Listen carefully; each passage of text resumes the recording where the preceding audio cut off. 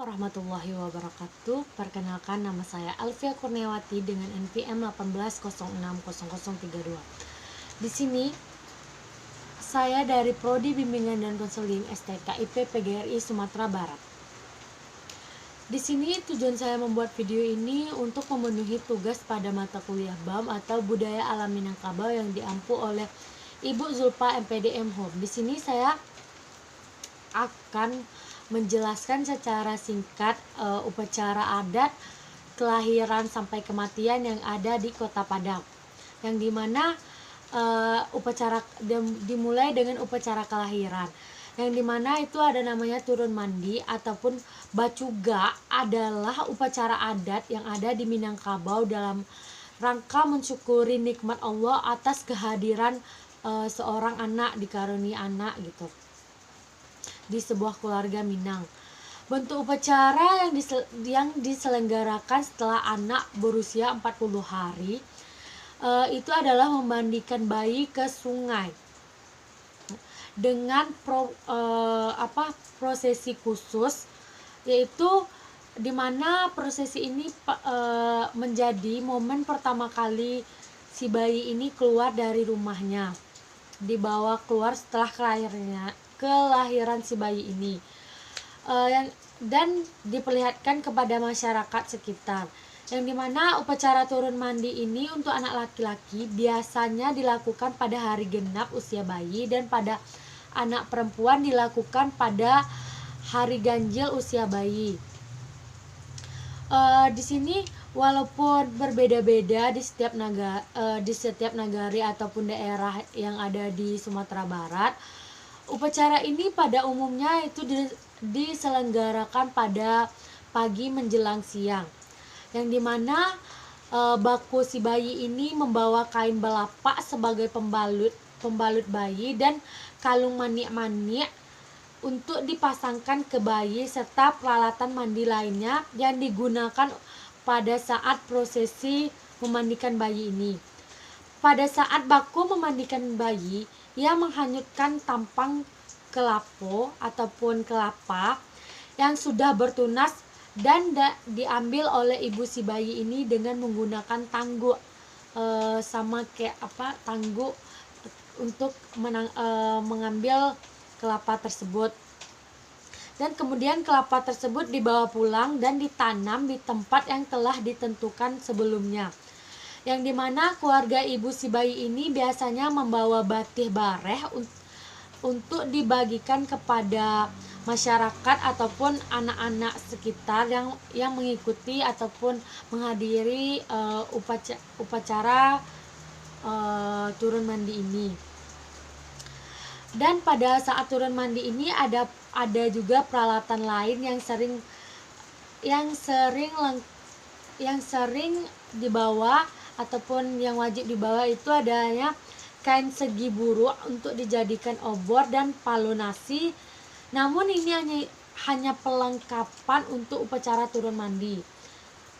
Dan yang kedua itu ada menjapui joma anta anak, yang dimana tradisi ini pada adat Minangkabau yang memiliki nilai silaturahmi ataupun jalinan kasih sayang, khususnya antara si baku dan si bayi dengan anak pisangnya ataupun si bayi ini. Pada saat anak bayi ini berusia 3 bulan, baku datang menjemput si bayi ini dan dibawa ke rumah baku untuk bermalam selama 3 hari. Yang dimana tujuannya ini untuk mengakrabkan si bayi ini dengan keluarga bakunya ataupun dengan keluarga ayahnya gitu. Dan pada saat baku ini menjemput si bayi, dia membawa kain balapak sebagai selimut bayi dan manik-manik dijadikan kalung bayi sebagai ungkapan kasih sayang si baku ini kepada si baby atau bayi ini. Dan selanjutnya itu ada akikah. Akikah pada upacara adat Minangkabau merupakan pelaksanaan sunnah Rasulullah, yang dimana biasanya diselenggarakan pada usia bayi umumnya itu pada 7 hari, 14 hari, 21 hari ataupun 40 hari. Yang dimana pada upacara akikah ini dilangsungkan prosesi pemotongan rambut bayi minimal 7 helai dan pemberian nama untuk si bayi. Yang dimana upaya yang dipinjamkan oleh pemuka agama itu dilanjutkan dengan pada setelah menggunting rambut si bayi ini, itu selanjutnya ada prosesi mendoa yang diakhiri dengan pembacaan akikah sebagai pemohonan kepada Allah agar yang bertujuan agar si anak ini jadi anak yang soleh serta soleha yang baik dan lain sebagainya.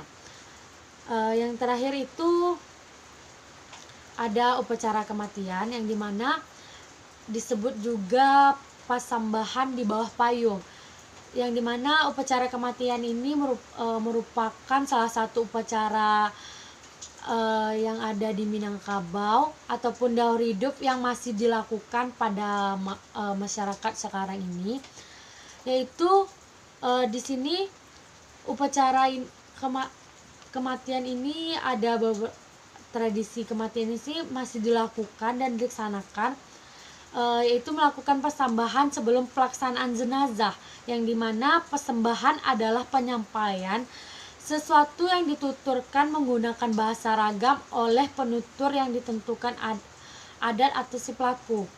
Di sini pada persembahan di bawah payung ini biasanya ada apa namanya, itu disampaikan oleh pelayat yang berada di sekitar tempat tinggalnya, yang disebut juga dengan Rang Semando ataupun keluarga dekat korban, dan pelayat juga disebut dengan Nini Mama, yang dimana isi persembahan ini adalah ucapan terima kasih ataupun ucapan ucapan dari terima kasih dari keluarga kepada pelayat yang telah hadir dan juga lain sebagainya. Di sini pada prosesi persembahan di bawah payung ini ada tiga prosesi, yang dimana pertama itu pembukaan yang diawali dengan assalamualaikum, yang kedua dengan ada isi persembahan itu penyampaian kalimat dari Rang Semando ataupun keluarga kepada masyarakat ataupun Nini Mama yang pengelayat tersebut, dan yang ketiga itu penutup. Barulah setelahnya setelah ketiga prosesi itu dilakukan, barulah jenazah dimandikan dan disolatkan dan dimandikan, dikafani, disolatkan dan dikuburkan. Itu sama seperti pada umumnya gitu. Baik, mungkin hanya itu penjelasan singkat dari saya mengenai upacara kematian dan kelahiran yang ada di Minangkabau. Salah satunya tadi yang saya sebutkan. Sekian dari saya, terima kasih. Assalamualaikum warahmatullahi wabarakatuh.